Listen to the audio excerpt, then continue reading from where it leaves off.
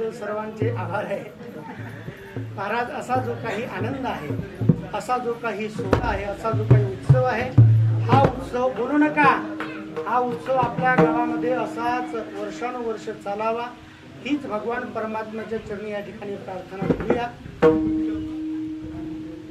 आणि हा उत्सव साजरा करत असताना सर्वात महत्वाची गोष्ट, सगळ्यांना एकत्रित असणं फार महत्वाचं आहे.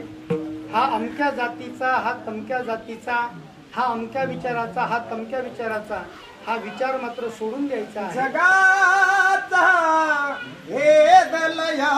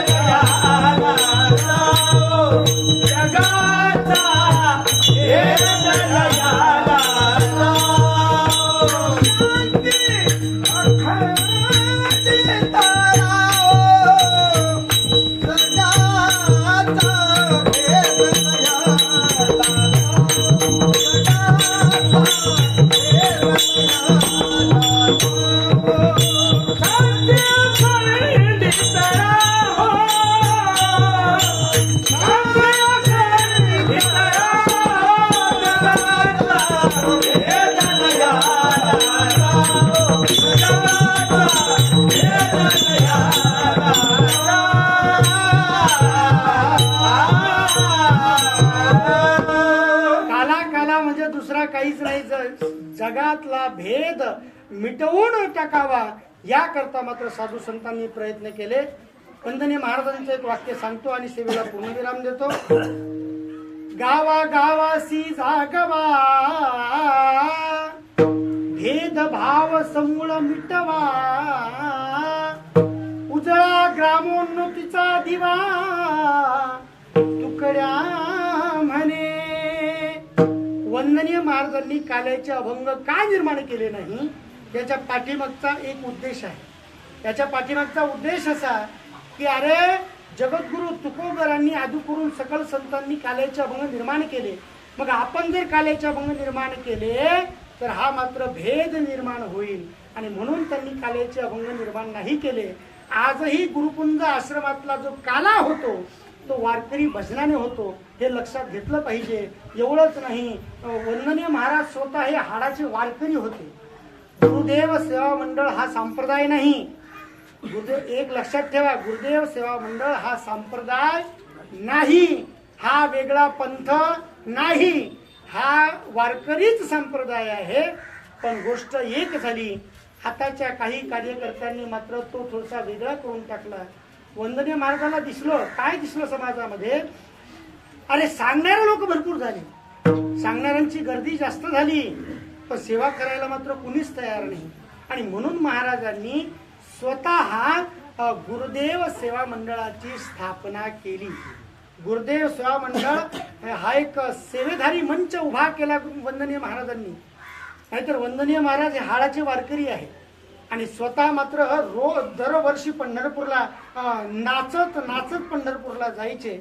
आता त्यांच्याच पादुका एसटीने नेल्या जातात. हा भाग वेगळा आहे. मला सांगायचं आहे की साधू संतांनी जे कार्य केलं तेच कार्य आम्हाला पुढे टिकवायचं आहे. आमच्या जीवनामध्ये सध्या काय होत चाललंय, आम्ही एकामेकाचे पाय ओढतोय, आम्ही एकामेकाचे टंगडे ओढतोय. एका भरणीमध्ये काही खेकडे घ्या, त्या खेकड्याला वर येता येतं, एकामेकाच्या अंगावर चढून त्या खेकड्याला वर येता येतं, पण एक खेकडा निघाला की दुसरा खेकडा त्याला खाली ओढतो. हे जाऊ नको, तू इथंच थांब, म्हणजे मीही मरतो आणि तूही मर, अशी आमची तर्रा आहे. काय झालं, एका गावामध्ये एका कुत्र्याची आणि गाढवाची पैज लागली. त्यांनी ठरवलं 2 गाव ओलांडल्यानंतर एक सिंहासन आहे, त्या सिंहासनावर जाऊन बसायचं. पण कसं जायचं, धावत जायचं, कुणीच मधात थांबायचं नाही. जो अगोदर जाईल तो त्या सिंहासनावर बसेल. दोघांची पैज लागली, कुत्राही पळायला लागला, गाढवही पळायला लागलं. पण गाढव मात्र अगोदरच सिंहासनावर जाऊन बसलं. कुत्रा पाठीमागून आला. कुत्र्यानं विचारलं, का रे गाढवा, तू एवढ्या लवकर कसं काय पळत आलास?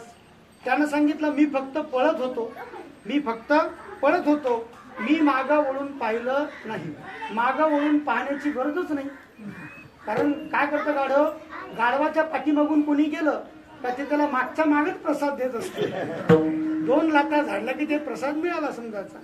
गाढव पुढे गेलं, सिंहासनावर बसलं, पण ते गाढव आता कुत्र्याला विचारू लागलं, म्हणे तू का बरं लेट झाला, तू कशाला उशिरा आला.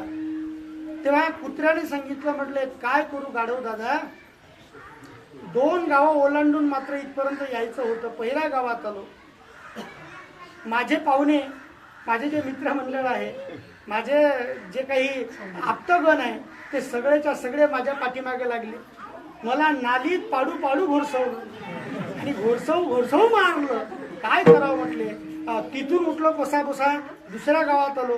त्या गावात मला प्रसाद तसाच मिळाला आणि तिथून मात्र आता तुझ्यापर्यंत येऊन पोहोचलो. म्हणजे माझे जेवढे नातेवाईक होते त्या नातेवाईकांनाच मला इथपर्यंत यायला उशीर केला. काय करू म्हटले. आपलेच लोक जेव्हा आपापले तंगडे ओढतात ना, तेव्हा मात्र चुकीची माणसं सिंहासनावर बसतात. चुकीची माणसं सिंहासनावर बसतात. म्हणून आपापसातले मतभेद मिटवून आपल्या लोकांना सगळ्यांना जवळ करून जेव्हा आम्ही एकत्रित होतो ना, त्यालाच म्हणतात खऱ्या अर्थाने काला. तो काला आपण सर्वांनी मिळून या ठिकाणी झाला. एकल्याचा नव्हे हा खेळ म्हणून मेळ मिळविला. या न्यायाला अनुसरून आपण सर्व एकत्रित आलेत. आपण सर्व असेच एकत्रित राहा, असाच काला साजरा व्हावा, हीच भगवान परमात्म्याची चरणी प्रार्थना करतो. दीन बनण्याची भावना बाळगून भक्त बनण्याची भावना अंतःकरणामध्ये प्रज्वलित करा. म्हणजे आपल्या जीवनाच्या कणाकणामध्ये साधू संतांचे विचार पोहोचल्याशिवाय राहणार नाही. हीच सद्भावना व्यक्त करतो. आज या कीर्तनाकरता उपस्थित आमचे मित्र हरिभक्त परायण श्री, ते स्वतः कीर्तनकार आहे, भागवतकार आहे. तर त्यांनी सांगितलं, म्हणे महाराज आज तुमची सेवा होऊ द्या, मी तुमच्या सोबत उभा राहतो. म्हणून आमचे हेमंतजी महाराज तेजणे असतील, हरिभक्त परायण गायनाचार्य आमच्या भागातलं वैभव, आमचे रामचंद्र महाराज बावणे असतील, हरिभक्त परायण श्री पाल महाराज असेल, तद्वतच आमचे मृदंगाचार्य गणेशजी महाराज झाडे असतील.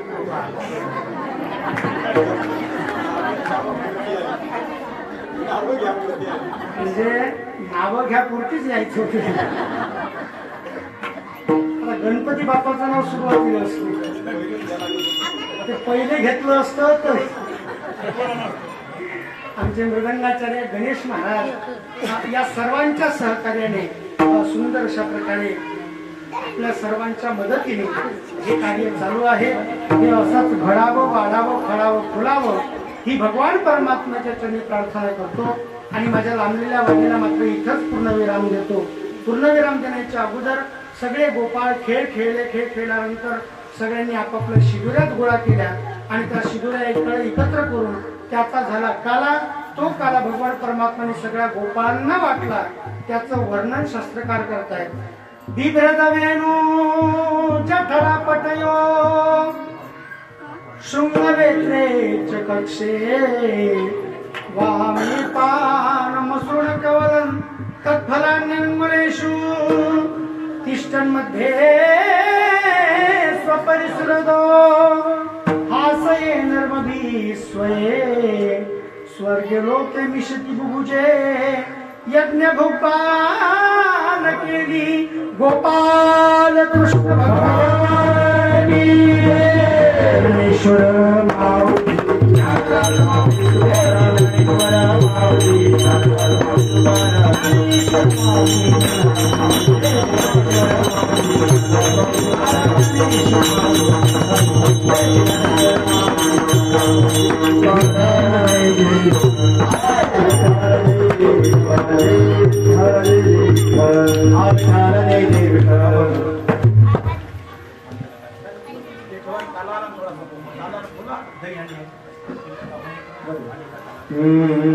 चला बाई पांडुरंगे पाहू